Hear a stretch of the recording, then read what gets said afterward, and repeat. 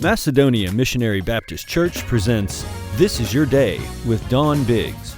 Hi, we have a very important show today and an extremely important guest, former Surgeon General under President Obama's administration, Dr. Regina Benjamin. Dr. Benjamin, let's get right to it. Why didn't the doctors take COVID-19 seriously in the beginning? So we have public health officials, public health doctors, we're specialists in public health. We've been saying since late February, take this seriously. Okay, tell us, why do you equate this to a hurricane? I like to equate it to the fact that we do have a Category 5 hurricane in the Gulf of Mexico. And it's not whether it's going to make land, it's when is it going to make landfall and how hard. What we're seeing now is some of those outer bands just starting to come shore. When we see a hurricane forecast, we never ask whether NOAA or the weather projections should be taken seriously or not. We see them. They're based on science. They're based on previous history. We know in the Gulf Coast region what it means to take those seriously. We should be taking this seriously the same way that we would if it were a hurricane. This is Hurricane COVID-19. Please tell us, what should we be doing to prevent the spread of this virus?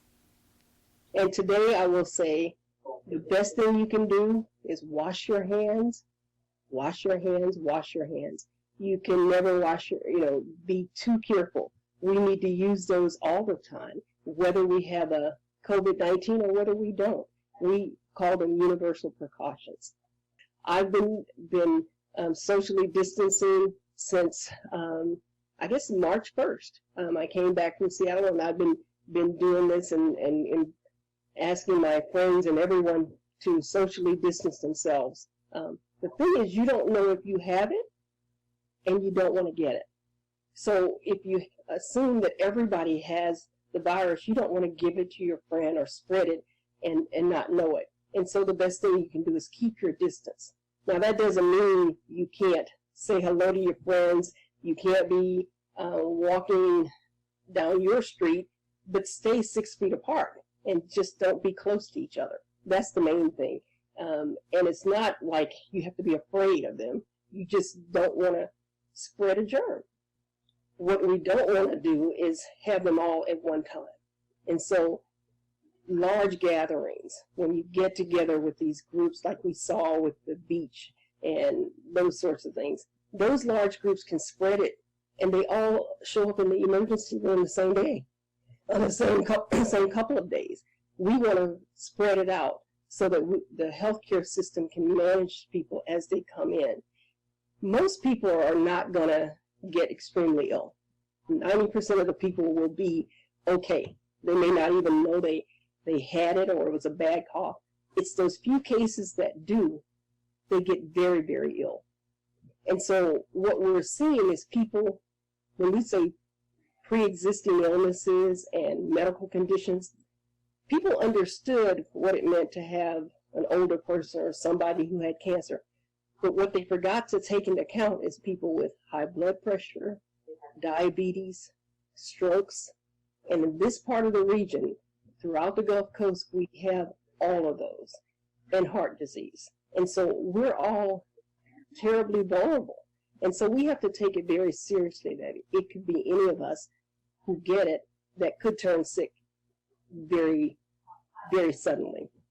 I'm doing a number of things with the Food Information Council, and the foods are fine.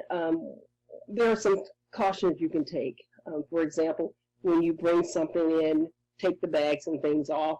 If you've got somebody who's particularly vulnerable or at risk, take them off outside.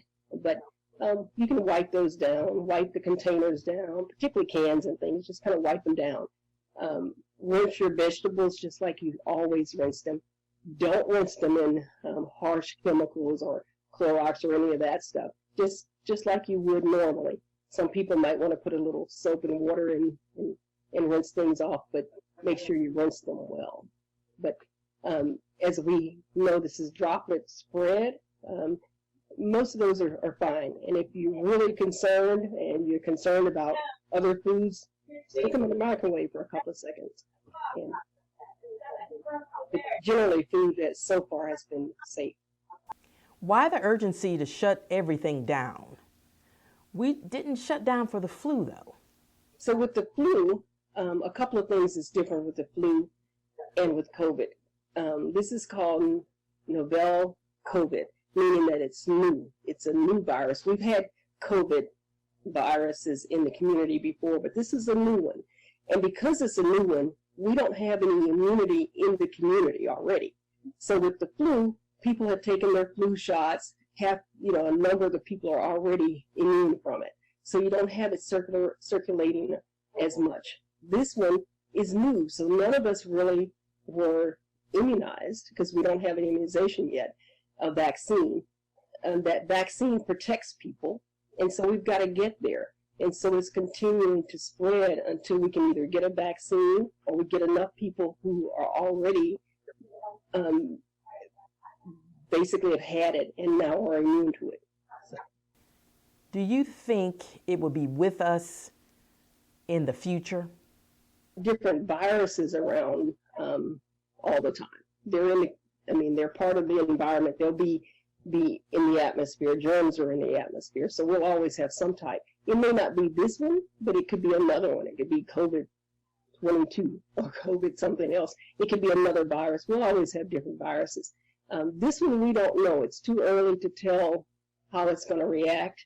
We'll have a vaccine available hopefully in the next 6 months or so, and so it won't be as bad of a problem. So we'll just have to wait and see how this virus performs.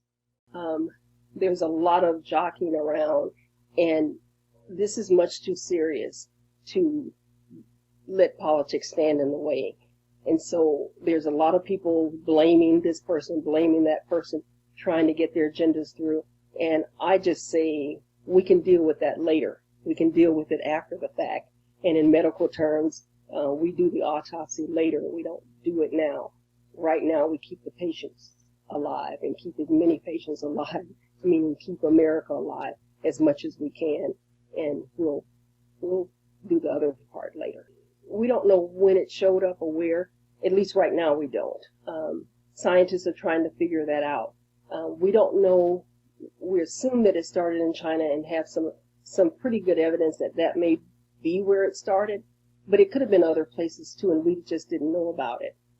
That is where we started seeing the most cases and the severe cases, and we started seeing it blossom. So that's what we know now. It could have been around before in other places, and we just didn't know it.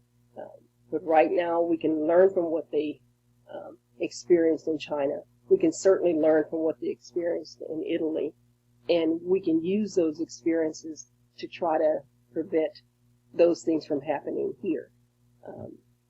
And basically, that's what we're trying to do is not be as severe as they've been because of what we learned from their experiences. Now, based on what you've heard, when will the worst be behind us? It's really hard to say when we're going to have the worst behind us because we have so many different reactions, like we talked about earlier. Some places started the social distancing early, others didn't. We'll have to wait a little bit to see how well that's been working. There are things to suggest in some cities like California and San Francisco and some of the areas in Washington and Seattle where it seems like it did help, but we'll have to wait, and looking back we can tell if it worked or not. And in the meantime, we will do everything we can to try to, as they say, flatten that curve. Even if people get sick, they may not know they're sick, and they don't get very, very ill to the point of needing to be on ventilators. Here on the Gulf Coast, are the medical facilities equipped to handle COVID-19, you think? We have some of the best medical facilities in the nation here. We have the University of South Alabama, we've got UAB, Tulane in New Orleans, University of Mississippi, Florida has a great institution. So we've got some of the best trained clinicians here that there is. It's like the SEC of football. We're that with healthcare here. So we have the best trained people. Making sure we have enough supplies and enough personal equipment and those sort of things is what we need to make sure is in place. I do think that we have a number of rural areas, and not just in Alabama and our surrounding areas, but throughout the country. And the rural hospitals have been really suffering through the years. We call critical access hospitals. Many of them have had to close because they didn't have the finances to keep going. They're going to be particularly stressed. And so we have to make sure that we support them, because they really may not be able to handle an overload or overwhelming load of patients. Do you think the officials closed the beaches too late? Well, we'll see. We hope not. I always have, I'm an optimist, so I hope not. But I just wish people would have taken it more seriously, and I hope now they do start to take it seriously and socially distance themselves. It's never too late to be careful. Dr. Benjamin, give us your opinion about COVID-19. There's so many things we can learn from this. We're learning as we go. One of the things that I hope that we learn is that we're all in this together, that we're all equal.